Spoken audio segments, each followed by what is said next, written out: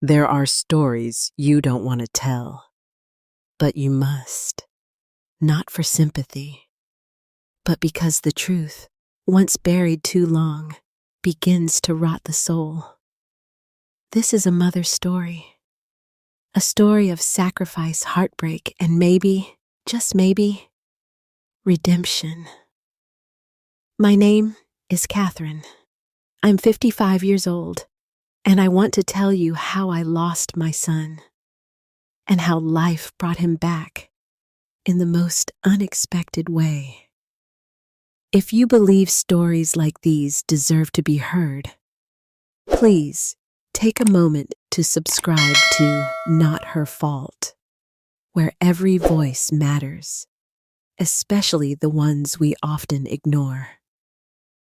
I've never had money, but I was rich in dreams, simple dreams. A small house with a garden, a swing under a tree, the sound of my son's laughter echoing through the air. That was my heaven. That was all I ever wanted. But life doesn't always care what you want, does it? I was 26 when I gave birth to Lucas. His father and I were young, full of hope and foolish promises. We thought love would be enough, but love doesn't pay the bills. It doesn't fix broken people, and it doesn't make someone stay. When Lucas was 3, his father left. No note, no warning, just gone. I remember Lucas looking up at me that night, his little eyes so confused. "Where's Daddy?" he asked. I knelt beside him. I held his tiny face in my hands, and I said the words that would shape the rest of my life. From now on, I'll be your everything. And I meant it. We lived in a 1-bedroom flat, the kind where the roof leaks when it rains and the walls crack when the wind howls. But it was ours. I worked every job I could find, scrubbing toilets, washing dishes, stitching clothes by candlelight after long shifts. I turned half a loaf of bread into 3 meals. Lucas never went to bed hungry, because I swallowed my hunger to feed him. He never saw my tears. I hid them in the bathroom, behind closed doors, because he needed a mother who was strong. And I would be that, even if it broke me. Lucas grew up bright, so smart. Straight got A's, a scholarship, an MBA. The day he brought home sweets from his first paycheck, I cried. Not for the sweets, but for the promise. The one I made to myself, that my child would never feel abandoned, that he would be someone, but success. It changes people. Subtly, quietly. He stopped calling me Ma. It became Mom, then Mother. He started correcting my English, telling me not to say washroom, say restroom, not chapal, say slippers. He'd bring me expensive phones, but forget my birthday. He laughed less when he was around me, like I embarrassed him. Still, I said nothing. I was proud. I thought, maybe this is just what happens when they grow up. And then, he met her. A beautiful girl from a wealthy family, elegant, polished, the kind you see in magazines. Her perfume filled our tiny home. She smiled at me, but not with her eyes. I saw the way she looked at our peeling walls, the mismatched cups, like she couldn't wait to leave. But I tried. I really did. I cooked her favorite dishes. I complimented her clothes. I folded my hands and bent my pride. Because my son loved her. And if she made him happy, then I would make peace. Or, at least, I would try. 1 week before their wedding, Lucas came home. Alone. He didn't sit next to me like he used to. He sat across from me, like a stranger visiting someone's house. He looked nervous, fidgeted with his watch. And then he said, "Ma, at the wedding, could you maybe just sit at the back?" I looked at him, confused. He continued, "Don't call me my son in front of her family. Just don't speak too much, okay? You know how these people are. They might judge." He said it so casually, like asking me to pass the salt. The words didn't cut like a knife. No, they burned slow, deep, like acid in my veins. But I smiled. Yes, I smiled. Because in that moment, I understood something I had ignored for years. My son, the one I raised with calloused hands and empty stomachs, he was ashamed of me, ashamed of my home, my accent, my love. I didn't argue. I didn't cry. I simply said, "All right." That night, I sat alone in the kitchen in the dark, holding a photo.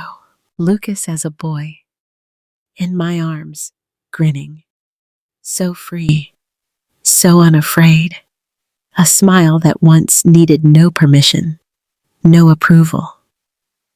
I didn't attend the wedding. I wrote him a letter instead. I wasn't angry. I was quiet. And I wrote him, "I raised you with hunger in my stomach and love in my bones. I gave you everything not so you would be rich, but so you would be kind. You can keep your status. I'll keep my pride. And don't worry. From now on, I won't call you son in public, because you've made it clear I'm no longer your mother."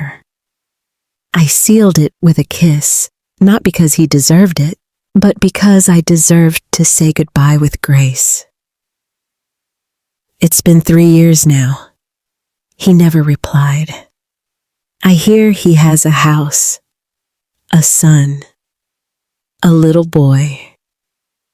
Sometimes I wonder, will he tell that child about me?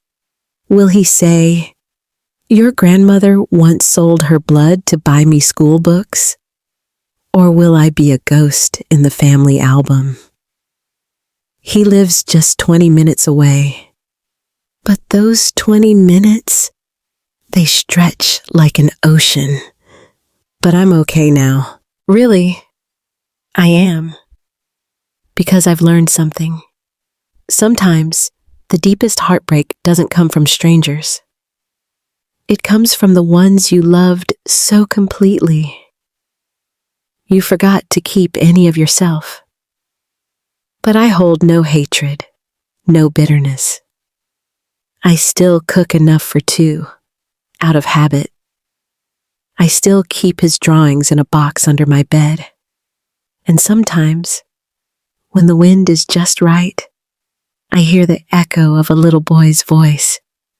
He's laughing, running.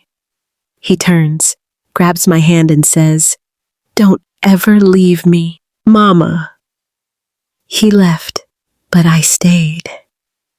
I stayed true to him, to myself, to the kind of mother I promise to be. Even if he's forgotten me, I will always remember the boy who once held my heart with both hands. But life, it has strange ways of circling back. It was a cold Sunday morning, quiet like most mornings. I was making tea, humming an old lullaby, the one I used to sing to Lucas when he couldn't sleep. Then there was a knock, not urgent, not timid, just hesitant. I opened the door, and there he was, Lucas, older, tired, and holding the hand of a small boy, maybe 5, maybe 6, with eyes that looked exactly like his when he was little. He didn't say anything at first, just looked at me. I couldn't speak either. I just stared, like I was trying to convince myself he was real. Then he said, quietly, almost breaking, "Ma, I'm sorry." He looked down. I was so ashamed of where I came from that I forgot who built me. I let pride, money, people take me away from you. I don't deserve to be standing here. But my son asked me yesterday, why don't I have a grandma like my friends do? And I realized I robbed him of the greatest woman I've ever known. I didn't cry.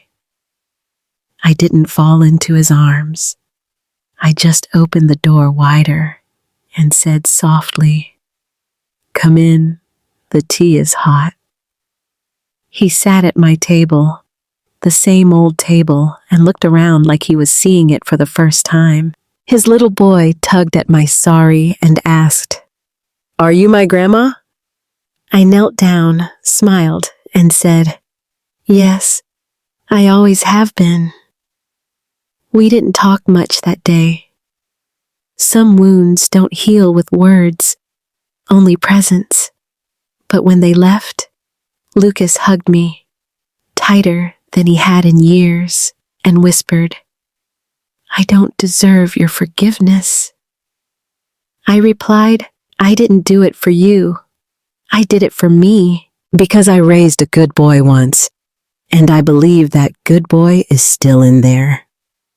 Now, he visits every Sunday, sometimes with sweets, sometimes with flowers, always with that same little boy who now runs through my house like Lucas once did. The echo of a boy's laughter has returned, and with it, a part of me I thought had died. So if you ask me, was it worth it? All the sacrifice, the heartbreak, the silence? Yes.